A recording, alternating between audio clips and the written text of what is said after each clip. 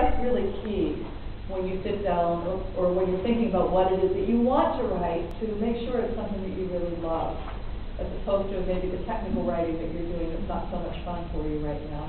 Yeah. That's fun. It's still fun? It's still fun.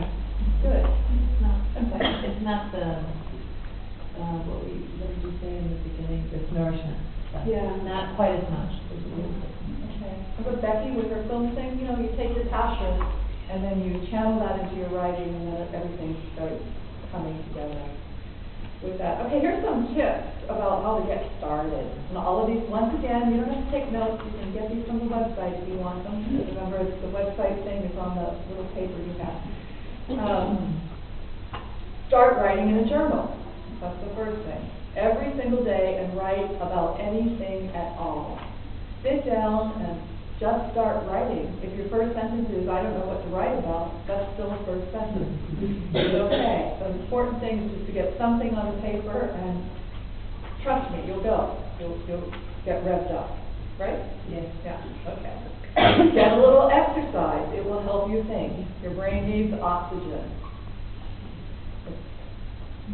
One of the most important things to me before I start my writing work day, which is generally pretty early in the morning, get out there and go for a walk. I always like to say 2 kilometers, 1,000 words. That's my goal for every day. I don't always need it, but I try. Pretend, when you go to sit down at your computer, pretend you're finished. Yeah, think about that. It's a good way to, that feeling of being finished is such a good feeling that sometimes it can motivate you to start. Yeah. Track your word count. Every so often, hit that word count button and see how far you are. Very often when I start a piece, especially if it's an article for a magazine, and I did it recently with the challenge, with the story for the Writing Women Challenge. What was it? It was a 2,000 word count. And same thing, I sat down and thought, well, I got nothing, I'm going on empty, and I started writing the story, and I was checking the word count, and it was like 75 words, and oh, now it's a big 125, and then all of a sudden, I was over to 2,000, you know, it takes off, it kind of motivates you to keep going. Converse. Find a supportive friend who understands your subject. Doesn't have to be a friend who understands writing, but somebody who understands your subject. That's important. Becky, maybe when you're stuck on how to write a review, you can talk to one of the other people in your film group. So you've had a workshop on how to write a review. Excellent. Yeah, that's good. Like-minded people are often your best friends in situations like this. Bypass the mental debate. Instead of saying, I don't feel like writing, I want to clean the house, or the bathtub needs to be scrubbed. Instead of thinking about that, or saying, I'm an idiot because I can't write, I'm blocked. Instead of doing that, maybe tell yourself how good you're going to feel when it's finished. Replace that with a positive feeling. Take a short walk in a natural setting. Let nature inspire you. The repetition involved with walking can really put a lot of good ideas into your head. And all of my books were kind of written before I sat down with the computer, because I worked things through in my brain. That's important. Yeah, really important. My first book I wrote in 6 months. And that's a frequent question, I guess, how long did it take you to write your first book? And I always say, well, 6 months at the computer, but I was thinking about it for 15 years before I sat down, so 15 and a half years. Okay, take a short walk in the natural setting. Revisit your reasons. Why did you decide to write this piece in the first place? What was it that made you interested in this particular subject? Deadline.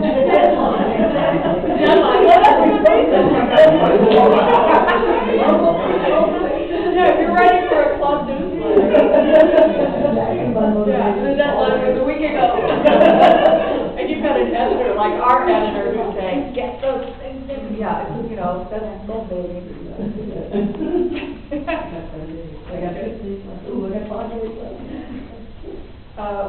Create an outline.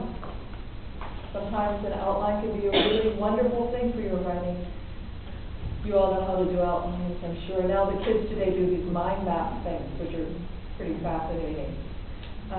Or, how about this? Ignore your outline. Sometimes if you're stuck, that's what you need to do. It's okay. Outlines are not carved in stone. You can get away from them if you need to. Write about writing and why you can't write. There's a good reason. That's a good thing. It gets you writing, and maybe you'll find a solution to your block. Go somewhere else. Go to a cafe, a library. Hemingway did it, so can you. Introduce a change, a plot twist, a new character, or a new source of research. Warm up. Same way you might warm up before you start exercising. Describe an object in the room. I'm going to describe those double doors back there. Or recreate a conversation from the day before. Dialogue is a critical part of writing, and sometimes recreating a conversation. First of all, to the best of your memory, the exact nature of the conversation, but then try to pump it up, beef it up a little bit. That's a really good way to warm up. Choose a first step and give yourself an obvious and immediate goal. That's good too. You want to get your character into the room and up to the podium. I'm going to go that far.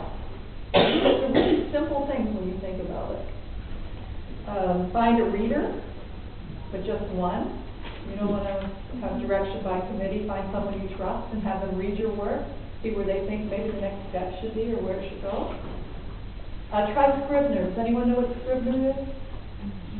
It's software for writers. It's a great program that will help you organize your thoughts and get them onto the page in a professional way. Sometimes just looking at things in a different way in your computer screen will help, will motivate you.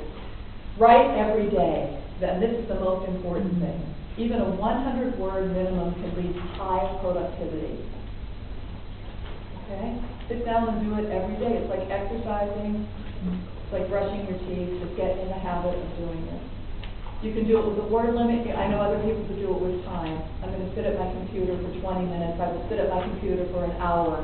But I'm going to sit here and do something and get something on the page. Okay, start a Writing Women activity group in your club, which is something, I wish I had thought of it, that it was a woman who joined the Cologne Club, I guess about 5 years ago. Susan Ross is her name, and she was the head librarian of the Princeton Public Library. She was in Cologne for 1 year with her husband, and she called up the president of our club and said, is there a writing group in your club? I want to get back to my writing. She's a retired librarian at that point. And our club president, always on the ball, said, no, we don't have one. Why don't you start one? And Susan did this, and she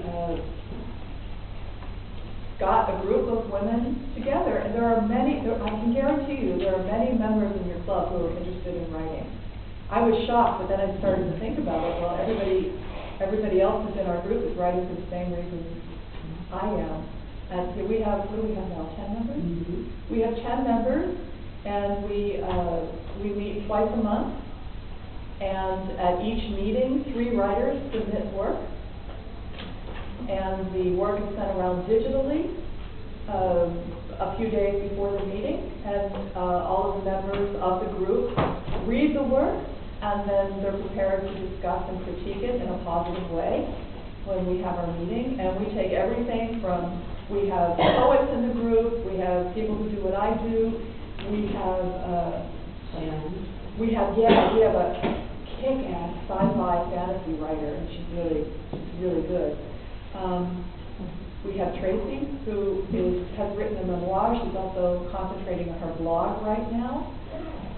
So it's a wide variety of types of writing and personalities, and also skill levels. We have published writers, we have beginners, complete beginners, and we're all able to help each other. And it's also a social group in a way, because we meet and we're able to talk with each other in English about something we all care about, which is writing. And that's worked out to be a really cool thing.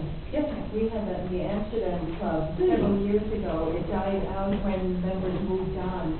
But we also had some published authors and a corporate writer, and we had like all different calibers